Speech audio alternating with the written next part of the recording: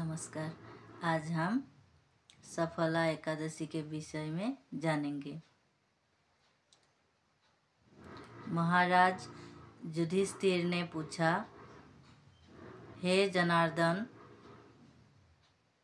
पूछ, कृष्ण एकादशी का नाम क्या है?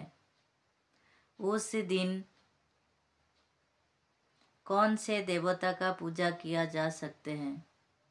युधिष्ठिर ने श्री कृष्ण से पूछा। और उसकी क्या विधि, कृपया मुझे बताइए। भक्तवत्सल, भगवान श्री कृष्ण कहते हैं कि धर्मराज, मैं तुम्हारे स्नेह के कारण तुमसे कहता हूँ कि एकादशी व्रत के अतिरिक्त मैं अधिक से अधिक दक्षिणा पाने वाले यज्ञ से भी प्रसन्न नहीं होता हूँ। अंततः इसे अनंत भक्ति और श्रद्धा से युक्त होकर करे। हे राजन, द्वादशी युक्त पौष कृष्ण एकादशी का महत्व तुम एकाग्रित होकर सुनो। न ध्यान लगा के सुनना चाहिए। इस एकादशी का नाम सफला एकादशी है। इस एकादशी के देवता श्री नारायण हैं। विधि पूर्वक इस व्रत को करना चाहिए। जिस प्रकार नागों से शेष नाग, पक्षियों में गरुड़, सब ग्रह में चंद्रमा, यज्ञ में अश्वमेध और देवताओं में भगवान विष्णु श्रेष्ठ है, उसी तरह सब व्रतों में एकादशी का व्रत श्रेष्ठ है। जो मनुष्य सदैव एकादशी का व्रत करता है, ये मुझे परम प्रिय है। अब इस व्रत की विधि कहता हूँ। मेरी पूजा के लिए ऋतु के अनुकूल फल, नारियल, नींबू, नैवेद्य आदि 16 वस्त्रों का ग्रहण करें। इस सामग्री से मेरी पूजा करने के बाद रात्रि जागरण करें। इस एकादशी के व्रत के समान यज्ञ, तीर्थ, दान तथा और कोई दूसरा व्रत नहीं है।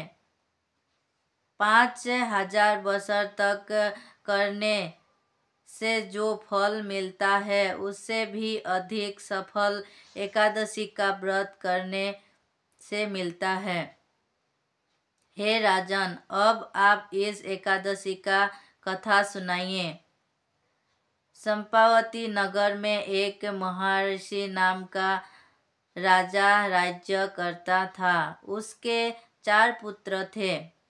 उन सब में लोमपक नाम वाला बड़ा राजपुत्र महापापी था। ये पापी सदा परस्त्री और वेश्यागमी तथा दूसरे बुरे कर्मों में अपने पिता का धन नष्ट किया करता था। सदैव ही देवता, ब्राह्मण, वैष्णवों की निंदा किया करता था। अब राजा को अपने बड़े पुत्र के ऐसी कुकर्मों का पता चलता तो उन्होंने उसे अपने राज्य से निकाल दिया। तब वो विचारने लगा कि कहाँ जाऊं।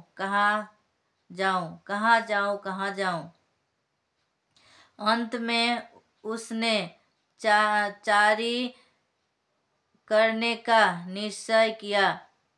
चोरी करने का निश्चय किया।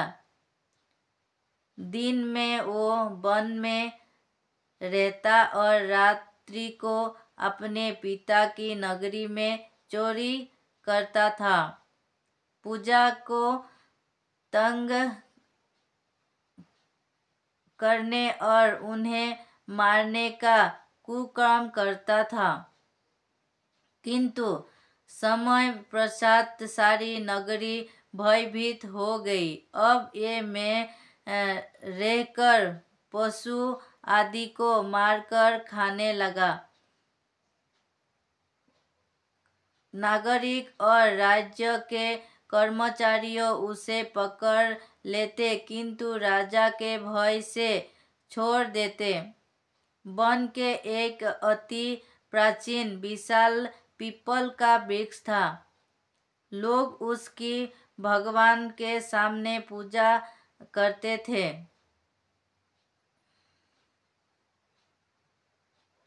उसी वृक्ष के नीचे वो महापापी लोमपक रहा करता था। इस वन को लोग देवताओं की क्रियास्थली मानते थे।